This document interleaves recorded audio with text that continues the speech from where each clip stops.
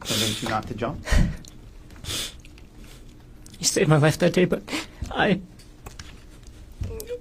put him in this position where he is now, where he thinks I tried to kill her. And for the last year, he's thought that. And I heard him yesterday only refer to you as the defendant and not as dad. What did the defendant tell you during that call, as close to word for word as you can remember? That he would not be making it back to Maui and to take good care of the younger kids, and that Ari, my stepmom, had been cheating on him, and that he tried to kill her. As the defendant was on top of you, as the defendant was saying things, and as you were saying things back, were you trying to defend yourself physically at all? Yes, and I'm screaming and trying to defend myself physically. So I think I bit his forearm at one point, trying to, that would have been his right forearm. And then I was also squeezing his testicles with so I had my right hand trying to squeeze his testicles to get him to get off of me. The case of Dr. Gerhardt Konig is a chilling reminder that those sworn to heal can also be masters of destruction. As the investigation unfolds, dark secrets continue to emerge, stripping away the mask of this respected doctor.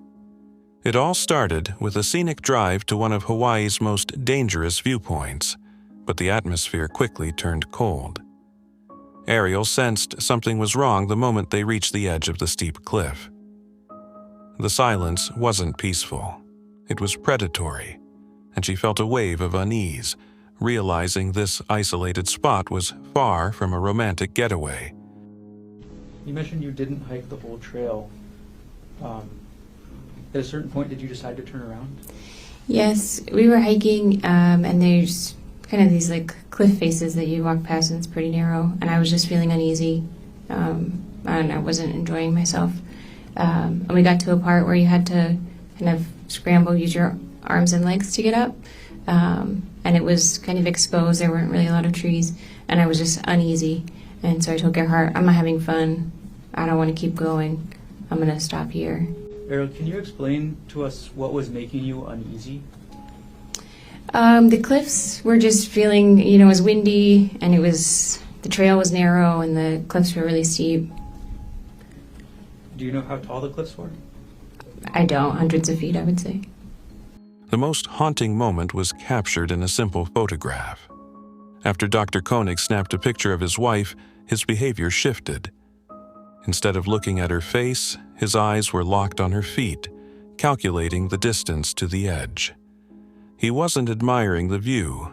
He was stalking his prey on the very brink of the abyss, waiting for the perfect split second to strike. Before you took that selfie, or before the defendant asked to take that selfie, did you notice anything about the defendant's attention? Yes, he was very aware of where I was, where my feet were, where he was, and where the trail was. I felt like he was often looking at my feet and just very spatially aware of where I was on the trail. The mask finally slipped.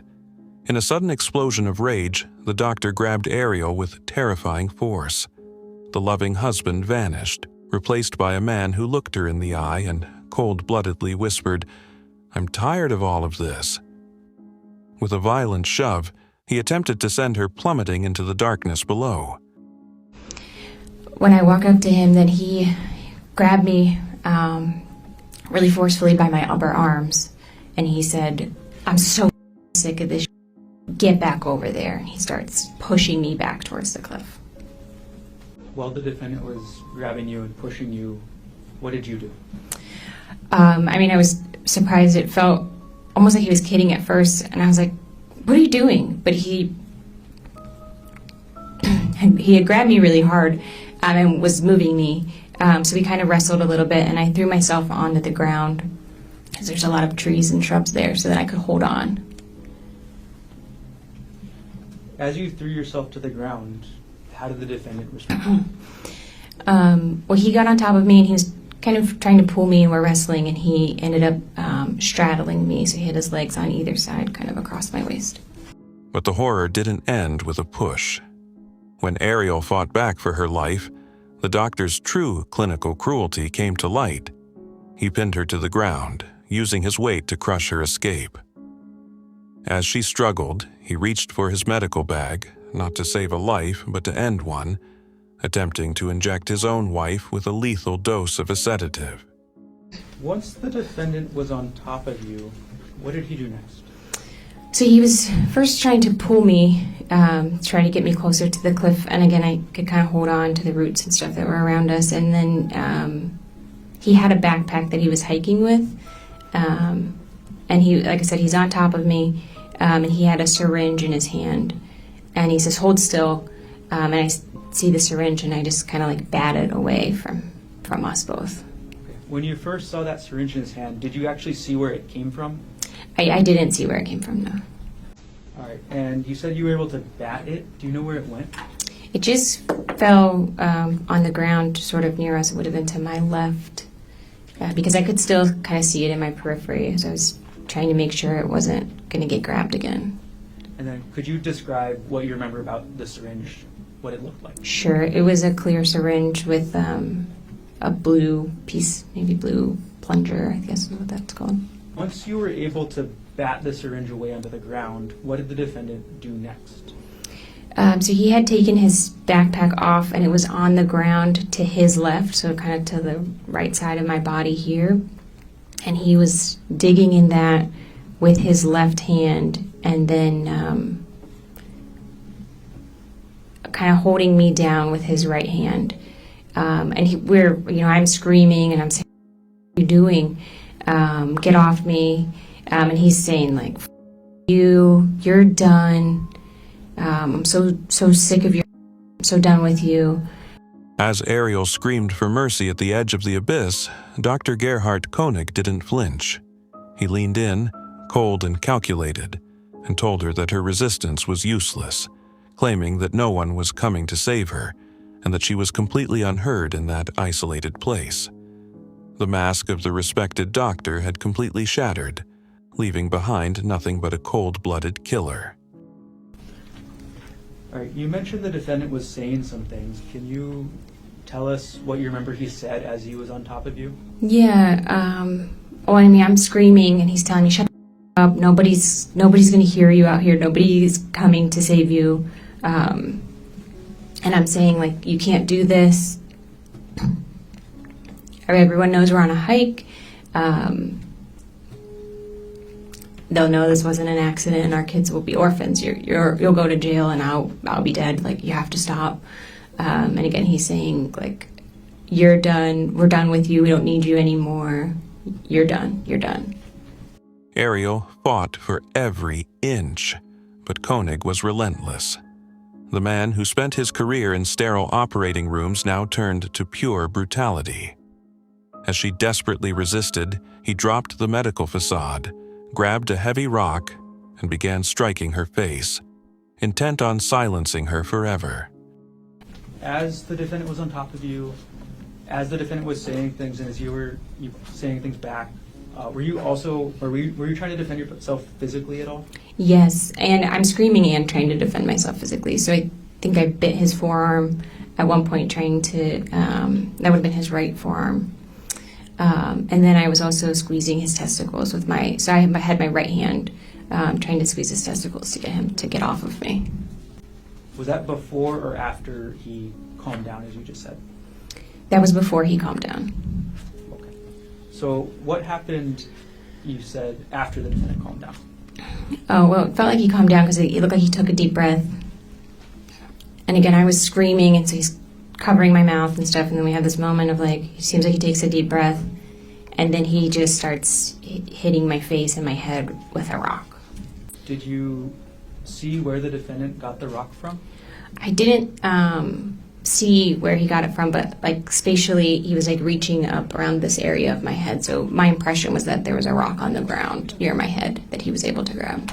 Were you just holding your hand around the left side of your head? Yes, sorry. When the defendant was hitting you with the rock, did you say anything? I just started screaming because in my mind, he was trying to knock me unconscious to get to be able to drag me over the edge. So I just was screaming then as much as I could. Just as the end seemed certain, the hunter became the hunted. A witness nearby heard the struggle and dialed 911. The second sirens echoed in the distance. Konig froze. The arrogance vanished, replaced by the panic of a trapped rat. In that split second of hesitation, Ariel clawed her way across the dirt, crawling toward the edge of survival. Did anybody other than the defendant respond to what you were screaming? Yes. So I'm screaming, and I do think I was saying something like, "Please help. He's trying to kill me." I'm hoping somebody can kind of hear that. And I, at some point, hear a woman's voice say, "We're here. We're calling 911. We're here. We're calling 911." So after you hear that woman's voice, what happens? He just kind of Gerhardt just kind of froze and knelt back away from me, and I just crawled away really slowly. And again, he seemed just frozen. And then I was yelling to the voices I heard, "Are you still there? Are you still there? Don't leave me." And I couldn't hear anybody calling anything back, so I just kept crab walking away, like I'm on my butt, kind of like scooting. And I just kept going and got to like a lower part of the trail. The women were down there, and one of them was on the phone with emergency personnel. The courtroom fell into a deathly silence as the jury finally returned to deliver the verdict. Every eye was fixed on Dr. Konig, who stood motionless, his mask of arrogance finally crumbling under the weight of his own actions. When the foreman announced he was guilty of attempted manslaughter, citing extreme mental and emotional disturbance, the reality of his downfall hit him instantly. He collapsed into his chair, burying his face in his hands, overcome by a crushing mix of shock and despair. Chair number 4. Yes. Chair number 5. Yes. Chair number 6. Yes. Chair 7. Yes. Chair 8. Yes. Chair number 9. Yes. Chair 10. Yes. Chair number 11. Yes. Chair number 12. Yes. Thank you very much, ladies and gentlemen of the jury. Dr. Konig, the verdict of the jury is indeed unanimous, and consistent with their verdict, the court judges you guilty of attempted manslaughter in this case. The jury reached their verdict, finding him guilty of attempted manslaughter due to extreme mental and emotional disturbance. As the decision was read, the doctor sat in stunned silence, his hands covering his face in a moment of pure shock. With the trial now concluded, he is expected to serve anywhere from 5 to 15 years in prison. This case remains a chilling look into how quickly a life can change. If you want to follow more real-life investigations, hit that subscribe button, stay vigilant, and we'll see you in our next deep dive into another mystery.